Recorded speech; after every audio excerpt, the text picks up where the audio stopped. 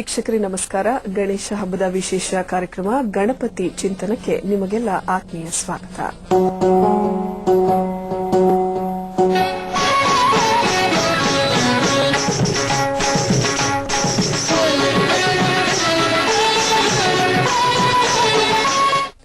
ಹಬ್ಬಗಳ ತವರು ಎಂದೇ ಖ್ಯಾತಿಯಾಗಿರುವ ಭಾರತ ವಿಶಿಷ್ಟ ಪರಂಪರೆಯನ್ನ ಮೈತಳೆದುಕೊಂಡಿದೆ. ಶ್ರದ್ಧಾ ಭಕ್ತಿಯಿಂದ ಭಕ್ತಿ ಭಾವದಿಂದ ದೇವಾನುದೇವತೆಗಳನ್ನ ಪೂಜಿಸಿ ನಮಿಸೋದು ನಮ್ಮ ಪೂರ್ವಿಕರಿಂದಲೂ ನಡೆದುಕೊಂಡು ಬಂದಂತಹ ಸಂಪ್ರದಾಯ. ಇಂಥ ಹಬ್ಬಗಳಲ್ಲಿ ಗೌರಿಪುತ್ರ ಗಣಪತಿ ಹಬ್ಬವೂ ಒಂದು. ಇದನ್ನ ಭಾರತೀಯ ಸಂಸ್ಕೃತಿಯಲ್ಲಿ ವಿಶೇಷವಾಗಿ ಆಚರಿಸಲಾಗುತ್ತೆ. ಲಂಬೋದರ ಭಾವೈಕ್ಯತೆಯ ಸಂಕೇತ. ಹಾಗಾಗಿನೇ ದೇಶದಾಚೆ ಧರ್ಮದಾಚೆಗೆ ಗಣಪತಿಯ ಇರುವಿಕೆ ಇದೆ.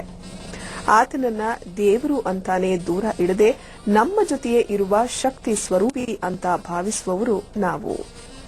ಗಣಪತಿ ಹಬ್ಬದ ವಿಶೇಷವಾಗಿ ಗಣಪತಿ ಪೂಜೆಯ ಮಹತ್ವ ಏನು, ವಿಗ್ರಹ ಪೂಜೆ ಪ್ರತಿಷ್ಠಾಪನೆ ಹೇಗಿರಬೇಕು ಮೊದಲಾದವುಗಳ ಕುರಿತಾಗಿ ವಿವರಿಸಲಿದ್ದಾರೆ ಆರ್ಟ್ ಆಫ್ ಲಿವಿಂಗ್ ಖ್ಯಾತಿಯ ಶ್ರೀ ರವಿಶಂಕರ್ ಗುರೂಜಿ. ಅಜಂ ನಿರ್ವಿಕಲ್ಪಂ ನಿರಾಕಾರಮೇಕಂ ನಿರಾನಂದಮಾನಂದಮದ್ವೈತಪೂರ್ಣಂ ಪರಂ ನಿರ್ಗುಣಂ ನಿರ್ವಿಕಲ್ಪಂ ನಿರೀಹಂ ಪರಬ್ರಹ್ಮರೂಪಂ ಗಣೇಶಂ ಭಜೇಮ. ಪರಬ್ರಹ್ಮರೂಪಂ ಗಣೇಶಂ ಭಜೇಮ.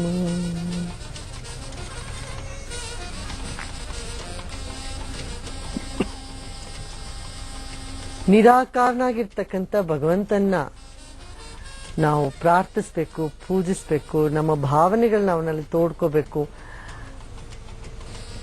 ಹಂಗೆ ನಮ್ಗೆ ಅನಿಸಿದಾಗ ನಮಗೆ ಅದನ್ನ ಆ ಭಗವಂತ ನಿರಾಕಾರವಾಗಿರ್ತಕ್ಕಂಥ ಭಗವಂತನ ಸಾಕಾರ ರೂಪ ಕಾಣಕ್ಕೆ ಇಚ್ಛಪಡ್ತೇವೆ. ಆಗ ನಮ್ಮ ಹಿರಿಯರು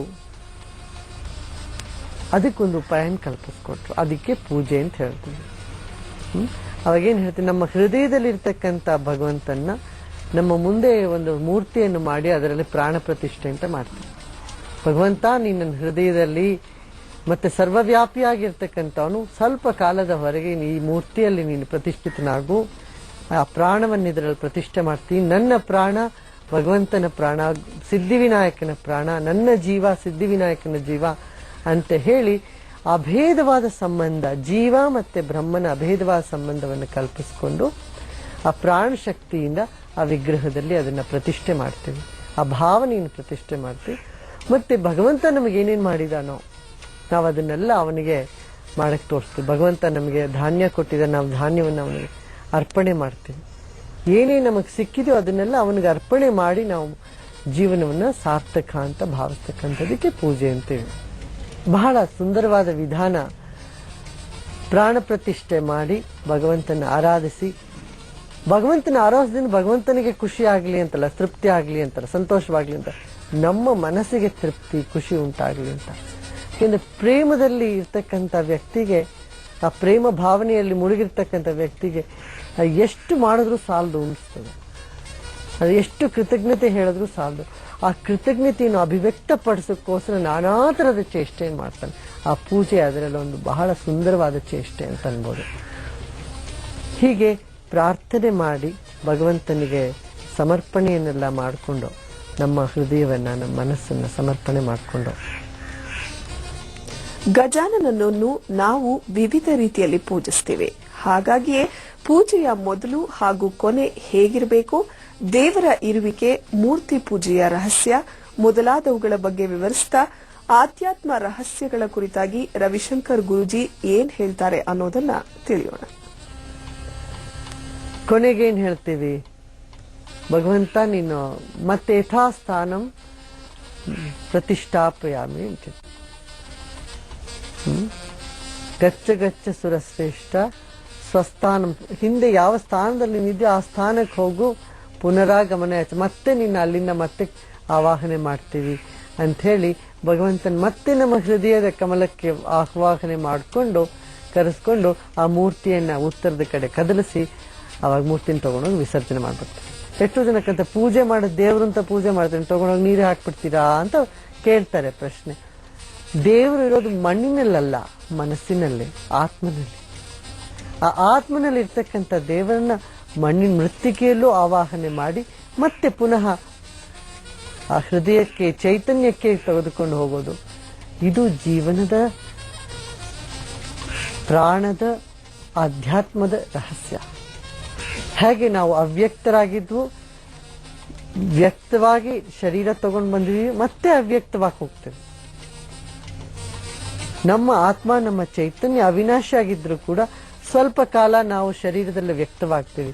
ಹಾಗೆ ಪರಮಾತ್ಮ ಸರ್ವವ್ಯಾಪಿಯಾಗಿ ಇದ್ರು, ಅವ್ಯಕ್ತನಾಗಿದ್ರು, ಅವನ ವ್ಯಕ್ತ ರೂಪದಲ್ಲಿ, ಮೂರ್ತಿ ರೂಪದಲ್ಲಿ ಕಂಡುಕೊಂಡು ಆರಾಧಿಸಿಕೊಂಡು ಅದರ ಸಂತೋಷವನ್ನು ಪಡೆಯೋದಕ್ಕೋಸ್ಕರ ಮೂರ್ತಿ ಪೂಜೆಯ ಒಂದು ಪ್ರಕರಣ ಇದೆ, ಒಂದು ಪರಿಕಲ್ಪನೆ ಮಾಡಿದ್ದಾರೆ ನಮ್ಮ ದೊಡ್ಡವರು. ಮೂರ್ತಿ ಪೂಜೆ ಮಾಡ್ತಿದ್ದಾಗಲೂ ಅಷ್ಟೇ ನಾವು ಅಂತರ್ಮುಖವಾಗಬೇಕು. ನಾವೇನ್ ಮಾಡ್ತೀವಿ, ಪೂಜೆಗೆ ಬೇಕಾಗಿದ್ದೆಲ್ಲ ಸಜ್ಜು ಮಾಡ್ಕೋತೀವಿ. ಆ ಸಜ್ಜು ಮಾಡ್ಕೊಂಡು ಆ ತಯಾರಿನಲ್ಲೇ ಎಲ್ಲ ಕಳೆದು ಬಿಡ್ತೀವಿ, ಕಾಲನ ಅಂತರ್ಮುಖವಾಗೋದೇ ಇಲ್ಲ. ಇವಾಗ ದೇವಸ್ಥಾನದಲ್ಲೆಲ್ಲೂ ಒಂದು ಪದ್ಧತಿ ಇದೆ, ದೇವಸ್ಥಾನಕ್ಕೆ ಹೋದ್ರೆ ಸ್ವಲ್ಪ ಹೊತ್ತಲ್ಲಿ ಕೂತು ಬರಬೇಕು ಅಂತ. ನಾವೇನ್ ಮಾಡ್ತೀವಿ, ಕೂರೋ ಹಂಗೆ ಕೂತು ಎದ್ದು ಬಂದ್ಬಿಡ್ತೀವಿ. ನಿಜವಾಗ್ಲೂ ಕೂತು ಧ್ಯಾನ ಮಾಡಿ ಮನಸ್ಸನ್ನ ಶಾಂತ ಮಾಡಬೇಕು ಅನ್ನೋದು ಅದರ ಉದ್ದೇಶ. ಅದು ಮಾಡಕ್ಕೆ ಹೋಗ್ತಾ ಇಲ್ಲ ನಾವು, ಅಲ್ಲ, ಅದನ್ನ ನಾವು ಗಮನಿಸ್ಬೇಕು. ತತ್ವ ಎಲ್ಲಿದೆ ಕರ್ಮಕಾಂಡದಲ್ಲಿ, ಕ್ರಿಯಾಕಲಾಪದಲ್ಲಿ, ಅದರ ಸಾರ ಎಲ್ಲಿದೆ, ತತ್ವ ಎಲ್ಲಿದೆ ಅಂತ ನೋಡ್ಕೋಬೇಕು. ಅದು ಮಾಡಿದ್ರೆ ಇದ್ರೆ ವ್ಯರ್ಥವಾಗಿ ಕರ್ಮಕಾಂಡದಲ್ಲಿ ಇರ್ತೀವಿ. ಹಾಗೆ ಬೇರೆ ಬೇರೆ ತರದ ಹೂವುಗಳು ಅದನ್ನೆಲ್ಲ ಇಟ್ಟು ಪೂಜೆ ಮಾಡ್ತೀವಿ. ಒಂದೊಂದು ಹೂವಿಗೂ ಒಂದೊಂದು ತರದ ತರಂಗಗಳಿರ್ತದೆ, ವೈಬ್ರೇಷನ್ ಇರ್ತದೆ.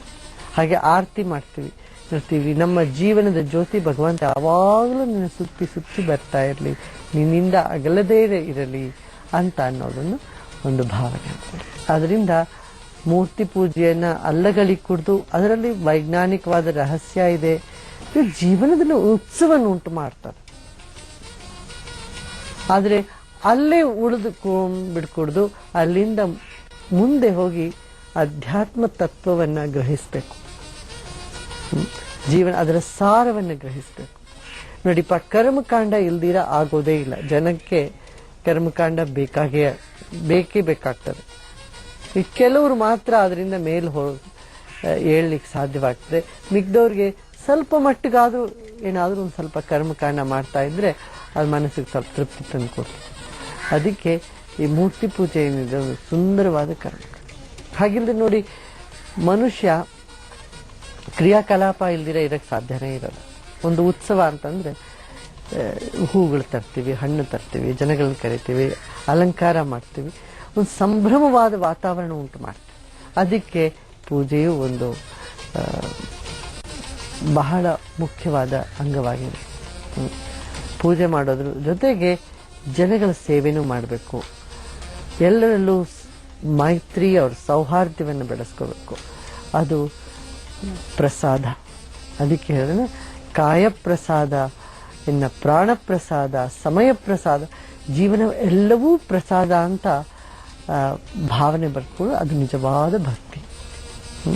ಆ ಭಕ್ತಿಯ ಸಮುದ್ರದಲ್ಲಿ ನಾವು ಈಜಾಡ್ತಾ ಇರಬೇಕು. ಆ ಭಕ್ತಿಯ ಸಮುದ್ರ ನಮ್ಮ ಒಳಗಡೆ ಅಲೆಗಳನ್ನ ಉತ್ಪನ್ನ ಮಾಡ್ಕೋಬೇಕು, ತರಂಗಗಳನ್ನ ಉತ್ಪನ್ನ ಮಾಡ್ಕೋಬೇಕು. ಅದಕ್ಕಾಗಿ ಈ ತರ ಪರ್ವಗಳನ್ನ ನಮ್ಮ ಹಿರಿಯವರು ಪ್ರತಿ ತಿಂಗಳು ಒಂದಲ್ಲ ಒಂದು ಹಬ್ಬ ಇದೆ. ಈ ತರ ಹಬ್ಬ ಒಂದಾದ್ಮೇಲೆ ಒಂದು ಹಬ್ಬದಲ್ಲಿ ನಾವು ವ್ಯಸ್ತವಾಗಿದ್ದಾಗ ಮನಸ್ಸು ಕೋಪ, ತಾಪ, ಭಯ, ಆಶಂಕೆಗಳು ಮುಂತಾದ ಹಲವಾರು ಮಾನಸಿಕ ವಿಕಾರಗಳಿಂದ ನಾವು ದೂರ ಆಗ್ಬೋದು. ಗಣೇಶನ ಹಬ್ಬದಲ್ಲಿ ಮನಸ್ಸಿಗೆ ಇದನ್ನ ತಂದುಕೊಳ್ಳೋಣ. ನಿರಾಕಾರವಾದ, ನಿರ್ವಿಕಾರವಾದ, ನಿರ್ವಿಕಲ್ಪವಾದ ಎಲ್ಲಾ ಕಡೆಯೂ ವ್ಯಾಪ್ತವಾಗಿರ್ತಕ್ಕಂಥ ಆನಂದ ಮೂರ್ತಿ, ಸಚ್ಚಿದಾನಂದ ಸ್ವರೂಪನಾಗಿರ್ತಕ್ಕಂಥ ಗಣಪತಿ ಈ ರೂಪದಲ್ಲಿ ಬಂದು ನಮ್ಮ ಎಲ್ಲಾ ವಿಘ್ನಗಳನ್ನು ದೂರ ಮಾಡಲಿ. ನೋಡಿ, ನಮ್ಮ ಒಂದೊಂದು ಸೆಲ್ನಲ್ಲಿ ಎಲ್ಲಾ ಪ್ರಾಣಿಗಳನ್ನು ತಯಾರು ಮಾಡಬಹುದು ಅಂತ DNA ನಲ್ಲಿ ಇದೆ. ಒಂದು ಮನುಷ್ಯನ DNA ನಲ್ಲಿ ಎಲ್ಲಾ ಪ್ರಾಣಿಗಳ DNA ಅಡಗಿದೆ. ಎಲ್ಲಾ ಪ್ರಾಣಿಗಳ DNA ಒಂದು ಮನುಷ್ಯನ ಸೆಲ್ ನಲ್ಲಿ ಒಳಗಡೆ ಅಡಗಿದೆ. ಅದನ್ನ ನಾವು ಗಣಪತಿಯನ್ನು ನೆನೆಸ್ಕೊಂಡ, ಆನೆ ನೆನೆಸ್ಕೊಂಡಾಗ ಏನಾಗುತ್ತೆ, ಆನೆಯ ಗುಣ ನಮ್ಮಲ್ಲಿ ಉದ್ಭವ ಆಗ್ತದೆ. ಅಂದ್ರೆ ಆನೆಯ ಗುಣ ಏನು, ಯಾವುದೇ ವಿಘ್ನ ಬಂದ್ರೂ ಆನೆ ಅದನ್ನ ತಗೊಳ್ಳೋದಿಲ್ಲ, ಸೀದಾ ನಡೀತದೆ. ಕೊಂಕು ಡೊಂಕಾಗಿ ನಡೆಯೋದಿಲ್ಲ, ಆನೆ ಸೀದಾ ಹೋಗುತ್ತೆ. ಅಂದ್ರೆ ವಿಘ್ನ ಯಾವುದು ಇರೋದೇ ಇಲ್ಲ ಆನೆಗೆ. ಹಾಗೆ ಗಜವದನ ಅಂದ್ರೆ ಆ ಆನೆಯಲ್ಲಿರ್ತಕ್ಕಂಥ ತಾಕತ್ತು, ಹಸ್ತಿಬಲ ಅಂತ ಯೋಗ ಸೂತ್ರದಲ್ಲೂ ಹೇಳಿದೆ. ಹಸ್ತಿಬಲ ಅನ್ನತಕ್ಕಂಥದ್ದು ಒಂದು ಸೂತ್ರ ವಿಭೂತಿ ಸೂತ್ರ ಪಾದದಲ್ಲಿ. ಅಂದ್ರೆ ಅದರ ಕಲ್ಪನೆಯಿಂದ, ಅದರ ಸ್ಮರಣೆಯಿಂದ ನಮ್ಮ ಶರೀರದ DNA ಆ ಸ್ವಭಾವ ಉಂಟಾಗ್ತದೆ, ಆ ಗುಣ ಉಂಟಾಗ್ತದೆ. ಗುಣಾತೀತನಾಗಿರ್ತಕ್ಕಂಥ ಚೇತನ ಎಲ್ಲ ಗುಣಗಳನ್ನು ಅದರಲ್ಲಿ ಅಭಿವ್ಯಕ್ತಪಡಿಸೋಕೆ ಸಾಧ್ಯ ಆಗ್ತದೆ. ಅದಕ್ಕೆ ಚಿಂತನೆ ಮಾಡಿ ಅಂತ ಹೇಳೋದು. ಗಣಪತಿಯ ಚಿಂತನೆ ಮಾಡಿದ್ರೆ ವಿಘ್ನಗಳೆಲ್ಲ ದೂರವಾಗ್ತದೆ. ಆ ಗಣನಾಥ ಅಂತಕ್ಕಂಥ ತತ್ವ ನಮ್ಮ ಶರೀರದ ಮೂಲಾಧಾರ ಚಕ್ರದ ಜೊತೆಗೆ ಅದರ ಸಂಬಂಧ ಇದೆ. ಅದಕ್ಕೆ ಮೂಲಾಧಾರದಲ್ಲಿ ಗಣಪತಿಯನ್ನು ಧ್ಯಾನಿಸುವುದು ವರಸಿದ್ಧಿ ವಿನಾಯಕನ ವರ ಕೊಡ್ತಕ್ಕಂಥ ವಿನಾಯಕ ಆ ಹಬ್ಬದ ವಿಶೇಷ. ಎಲ್ಲರೂ ಆ ಥರ ಪ್ರಾರ್ಥನೆ ಮಾಡಿ, ಜೊತೆಗೆ ಜನಸೇವೆಯನ್ನು ಮಾಡಿ. ಯಾಕಂದ್ರೆ ಆ ಗಣಪತಿ ಬರೀ ಮೂರ್ತಿಯಲ್ಲಿ ಮಾತ್ರ ಇಲ್ಲ, ಪ್ರತಿಯೊಬ್ಬರ ಹೃದಯದಲ್ಲೂ ಪ್ರತಿಯೊಬ್ಬರ ಶರೀರದಲ್ಲೂ ಇದ್ದಾನೆ, ಯಾವಾಗಲೂ ಇರ್ತಾನೆ. ಗಣಪತಿಯ ಕೈನಲ್ಲಿ, ಒಂದು ಕೈನಲ್ಲಿ ಪಾಶ ಇದೆ, ಇನ್ನೊಂದು ಕೈನಲ್ಲಿ ಅಂಕುಶ ಇದೆ. ಪಾಶದಿಂದ ಕಟ್ ಹಾಕ್ತಾನೆ, ಅಂಕುಶದಿಂದ ಎಚ್ಚರಿಸ್ತಾನೆ. ನಮ್ಮಲ್ಲಿ ಶಕ್ತಿ ಎಚ್ಚರವಾದಾಗ ಅದನ್ನ ಒಂದು ಸರಿಯಾದ ರಸ್ತೆಗೆ ತೆಗೆದುಕೊಂಡು ಹೋಗ್ಬೇಕು, ಕಟ್ ಹಾಕ್ಬೇಕು. ಅದನ್ನ ತುಂಬಾ ಶಕ್ತಿ ಇದ್ರೆ ಅದನ್ನ ಕಂಟ್ರೋಲ್ ಮಾಡಿ ತಗೊಂಡ್ಬರ್ಬೇಕು, ನಿಯಂತ್ರಣ ಮಾಡಿ ತಗೊಂಡ್ಬರ್ಬೇಕು. ಎಲ್ಲಿದೆ ಒಂದ್ ಕಡೆ ಎಲೆಕ್ಟ್ರಿಸಿಟಿ ಉಂಟಾಯ್ತು ಅಂತ ಅದು ನಿಯಂತ್ರಣವಾಗಿ ಒಂದು ಕಡೆ ಹರಿದ ಇದ್ರೆ ಎಲ್ಲ ಕಡೆ ಅದು ಇದಾಗ್ತದೆ, ಚದುರು ಹೋಗ್ತದೆ. ನಿಯಂತ್ರಣ ಮಾಡ್ತರಬೇಕು ಹೋಗಿದೆಯಲ್ಲ ಶಕ್ತಿಯನ್ನ. ಅದಕ್ಕೆ ಅಂಕುಶ, ಪಾಶ ಇದೆ. ಶಕ್ತಿಯನ್ನು ಎಚ್ಚರಿಸ್ತಕ್ಕಂಥದ್ದು ಅಂಕುಶ. ಅದಕ್ಕೆ ಪಾಶ, ಅಂಕುಶ ಹಿಡಿದಾನೆ ಗಣಪತಿ. ಹಾಗೆ ಅಭಯವರದ ಹಸ್ತ. ಯಾಕಪ್ಪ ಅವಸರ ಪಡ್ತೇನೆ, ಇದು ಎಲ್ಲ ಒಳ್ಳೇದಾಗ್ತದೆ, ಯಾಕೆ ಭಯ ಪಡ್ತೀಯಾ, ನಾನು ಕೊಡ್ತಲೇ ಇದೀನಲ್ಲ ಅಂತ ಹೇಳಿದ. ಒಂದೊಂದು ಭಾವದಲ್ಲೂ ಒಂದೊಂದು ಭಂಗಿಯಲ್ಲೂ ನಮಗೆ ಪೂರ್ಣವಾದ ಆಶ್ವಾಸನೆಯನ್ನ, ಚೈತನ್ಯದ ಜ್ಞಾನವನ್ನು ಉಂಟು ಮಾಡ್ತಕ್ಕಂಥದ್ದು ಮೂರ್ತಿ ರಹಸ್ಯ. ಅದಕ್ಕೆ ಮೂರ್ತಿ ರಹಸ್ಯ ಅಂತ ಹೇಳ್ತೇವೆ. ಬೇರೆ ಬೇರೆ ತರದ ತರಂಗಗಳು, ನಾಮ ರೂಪದಿಂದ ಹೊಂದ್ಕೊಂಡಿರ್ತಕ್ಕಂಥ ತರಂಗಗಳಿರ್ತದೆ.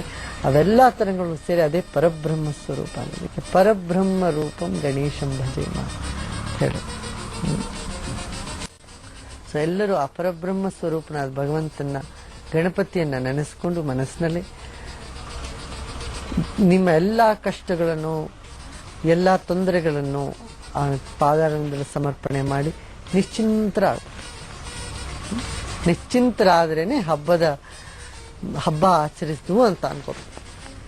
ಚಿಂತೆ ಮಾಡ್ತಾ ಹಬ್ಬ ಆಚರಿಸ್ಕೋದು, ಆಮೇಲೆ ಹಬ್ಬ ಆಚರಿಸಿದ ಮೇಲೂ ಚಿಂತೆ ಇತ್ತು ಅಂತಂದ್ರೆ ಅದು ಹಬ್ಬ ಆಚರಣೆ ಮಾಡ್ದಂಗೆ ಇಲ್ಲ. ಪೂಜೆಯ ಲಕ್ಷಣ ಎಲ್ಲಾ ತೊಂದರೆಗಳನ್ನು, ಸಮಸ್ಯೆಗಳನ್ನು ಸಮರ್ಪಣೆ ಮಾಡ್ತಾರೆ.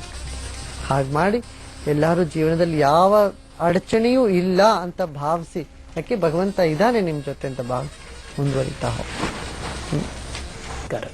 ನಮ್ಮ ಚಿಂತನಾ ಕಾರ್ಯಕ್ರಮ ಸಮಸ್ತ ಜನತೆಗೂ ಆತ್ಮಚಿಂತನೆಗೆ ದಾರಿ ಮಾಡಿಕೊಡಲಿ, ಜ್ಞಾನದ ಬೆಳಕು ಚೆಲ್ಲಲಿ ಅನ್ನೋ ಆಶಯದೊಂದಿಗೆ ಇಂದಿನ ಈ ಕಾರ್ಯಕ್ರಮವನ್ನ ಇಲ್ಲಿಗೆ ಮುಗಿಸ್ತಾ ಇದ್ದೀವಿ. ಎಲ್ರಿಗೂ ಶುಭವಾಗಲಿ.